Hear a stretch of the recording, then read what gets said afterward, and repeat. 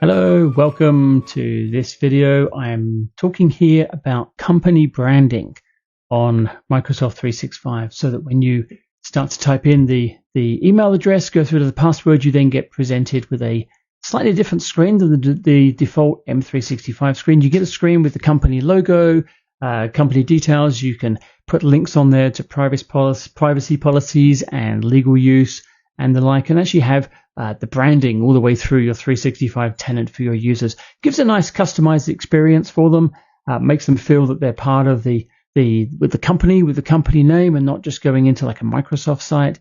It's kind of nice. So let me jump in and show you how you can set that up. I'm going to do it on a live tenant, which is my cozymouse.com, my test tenant. Set it up on that, and you'll see how it all appears when we try and log in as a user on that one, and how it all looks.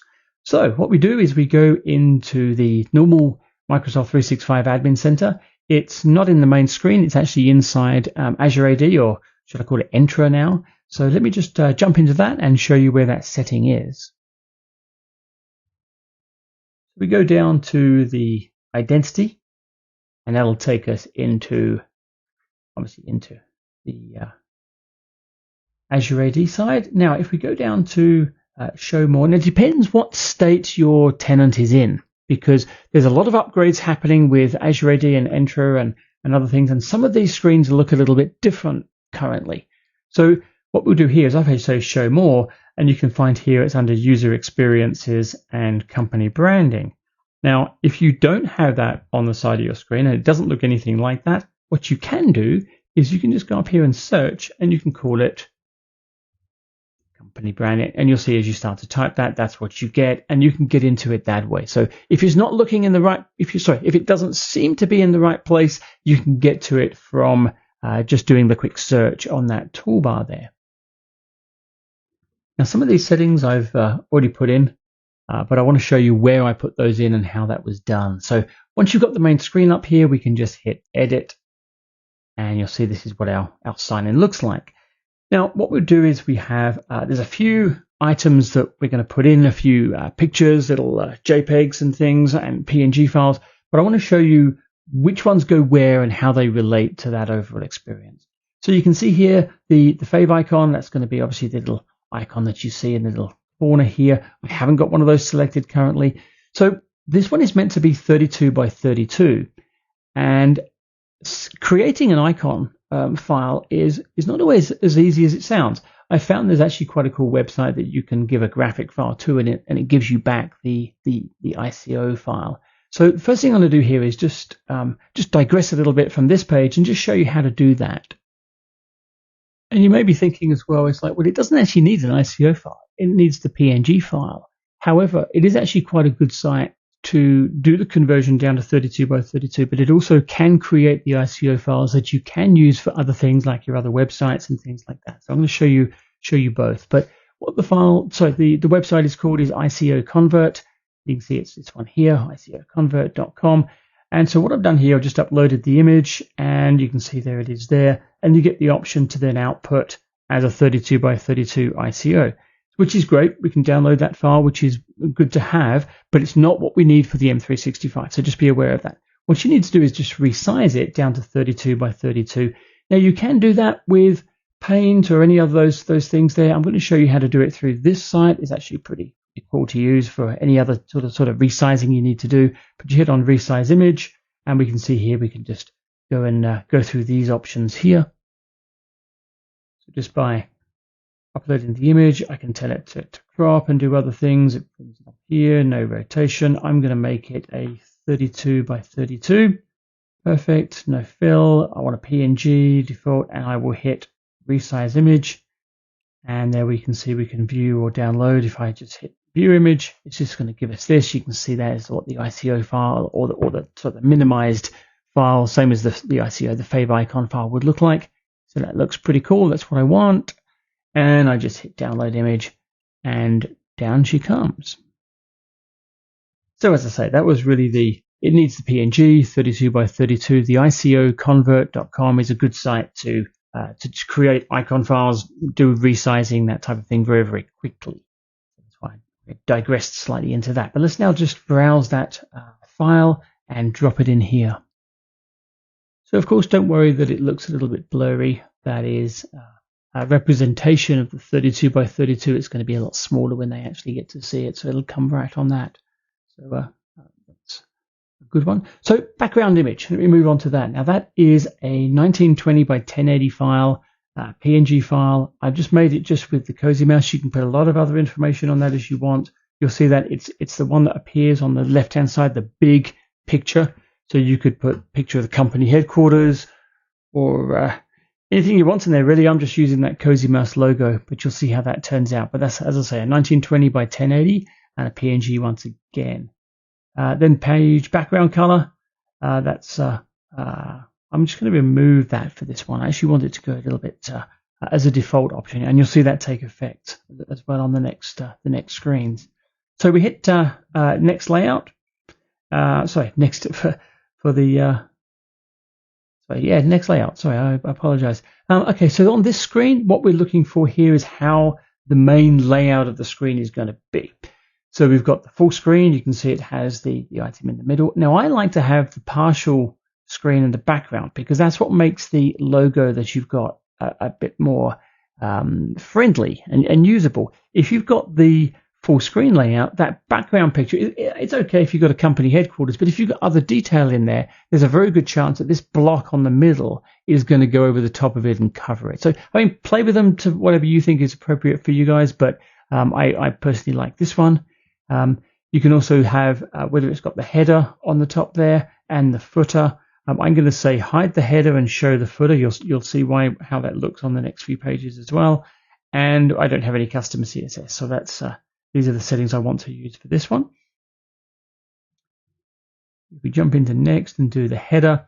Now this header file is the logo that will show up on your login pages inside the boxes themselves. So it replaces that whole Microsoft 365 logo and has yours. Now, what I find on this particular site is that I've got the image here. It's a 280 by 60. But this box is not 280 by 60, so it looks like it's stretched out. But when it displays on the 365 login pages, it will look correct. So as long as you've got your sizing right in the image, this will be correct. So don't worry about that. But it has to be a transparent PNG. That's very important. And you'll see where it gets placed. Now, notice that I told it to disable the header on the last one, but I'm putting a header logo in here. The top of the header and the header logo are two different things. Not the same. It will display this header logo. As I say, different things. So just move on from that and you'll be all good. Now the footer is interesting because we could have the show privacy and cookies. It will display the Microsoft versions unless we put something in here. So terms of use and privacy, if you've got your own policies on that, by all means put them in. Remember that these are going to be viewable by anybody before they get to put their password in. So if I'm logging in as Fred at cozymouse.com, it goes to the password. I could be anybody typing in that email address, and then I would see these URLs and things for these policies. So they have to be quite generic. And definitely no company specific information that you wouldn't want anybody outside the company to see because they can see it. So just be careful with that. But the next one here is the sign-in form. And once again, we get the banner logo. And I'm going to use the same one, which is the 280 by 60 for myself there.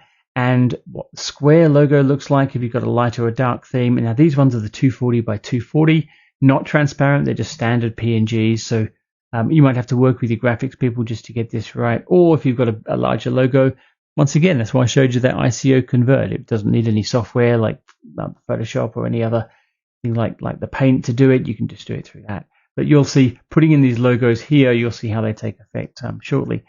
Username, hint text. I've just got some silly things in here. But you'd obviously put what you want properly on the company.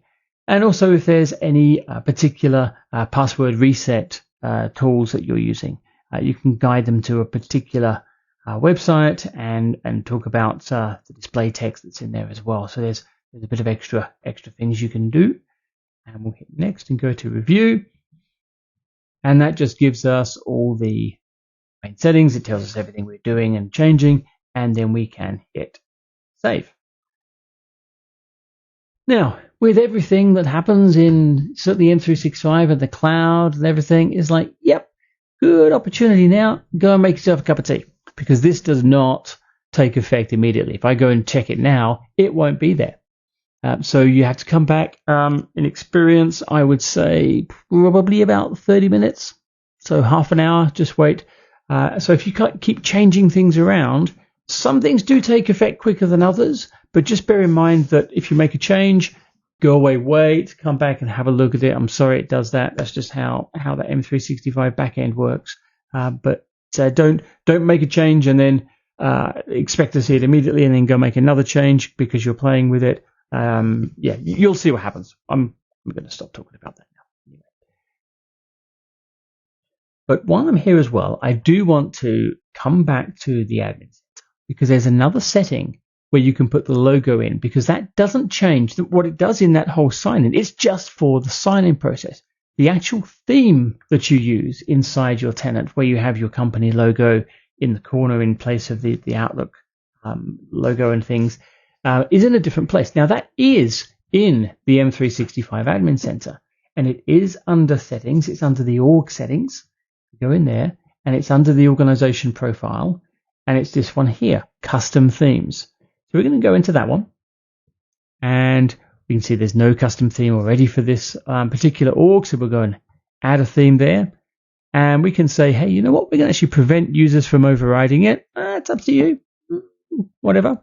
And we're going to show the user's display name in there too, and carry on. We're going to go to the logos, and we're going to put the logo in. Now, this logo, it doesn't tell you what size it is, but I can tell you it's 200 by 48. And that is what your company logo should be to be able to use on this particular page. So I'll click on upload for the file. I'll browse and bring in the Cozy Mouse logo like that. Now, as you can see, I've used a transparent logo. If you use one that is not, has a white background on it, you will see the white background, so it becomes a bit of a block. I like to use the transparent ones, and you'll see why once you see that being used. If you've got a dark theme, obviously you need to put a logo in that's suitable for that. So I'll pop in the URL in here. You can see that makes the change. It drops that in. Always wondered why you can't upload a logo into that. Always thought that was a bit strange, but we do. Obviously, we've just published that PNG on the main website. Here on click, I'll put in here if they do click on the logo, where are they going to go? So we just go to cozymouse.com, which is all good there.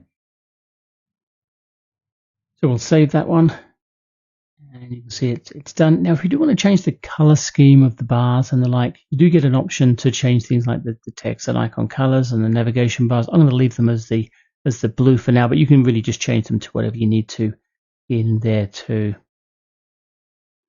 Although I've just realized that our logo is blue, so that's not really going to work. So I've had to just change these to different levels of gray for the background, black for the text, and then the blue for the accent color as it does this work here, as you can see. So that then meets that minimum contrast value, which is what the difference between these items would be. So we've done that, save that, and let's see what it now looks like across the theme for Bernard. So we go to the normal login.microsoft online, or you can go to portal.office.com, however you choose to get into 365. And if we go here and I start typing his name in, I can spell bernard.moses@cozymouse.com. As soon as I hit next and go to that password option, it's going to trigger into that because it's going to use this as its reference point. When I say next, now you get the screen up, which obviously looks a lot nicer. You can see if we had the header turned on, you get the logo appear in this top corner here, which was the one I wanted to turn off, but you can see it would come in this little box up here. You can see there's the terms of use and the privacy and the like that we have, and that's pointing to the Microsoft page because we didn't set a specific URL. There's the options there, that we put in. Now, if I go in and put his password in, that it will take us through to the MFA page. I'll say save that in there. And no, I've already done the MFA on this particular account as we logged in previously, so it's got a token. It's not going to ask again. But here we say no, and of course it then comes in. Now what I found here is this actually looks pretty bloody terrible. I mean, the grey and the blue of Cozy Mouse doesn't really work, and if I go into the mail option for him, you can see it's even worse. It's got the blue background, which he can change that obviously, but it looks pretty awful.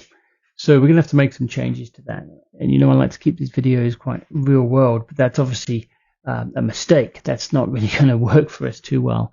So let's think about how we might want to fix that. I think what we'll do, we go back to our custom themes here, and let's go back in the default theme and the logo. And let's now remove that, and I'm going to upload the dark logo into that instead. So it looks like that. Now what I'm also going to do, go back to my colors, and I'm going to change this one to be, let's make that 77D9, like that. And we're going to make the icon text white and save that instead. So with that change made, you can see now we're back to blue. The Cozy Mouse logo looks good. It is the white mouse there, which looks much better. So I would consider that one fixed. But that's really where we make those changes. Which you can see is just from that custom themes area of the org settings. So pretty easy to do. Once you get your logos in the right size, you get your color profiles right, and it all takes effect, it should be in a good place with that. So once again, thank you for watching. Thank you for subscribing to the channel, and have a, like I always say, have a good day, have a good night, have a good evening, wherever you are on this beautiful planet. Hope you're enjoying yourself and enjoying the M365 experience. We'll see you again on the next one. See ya.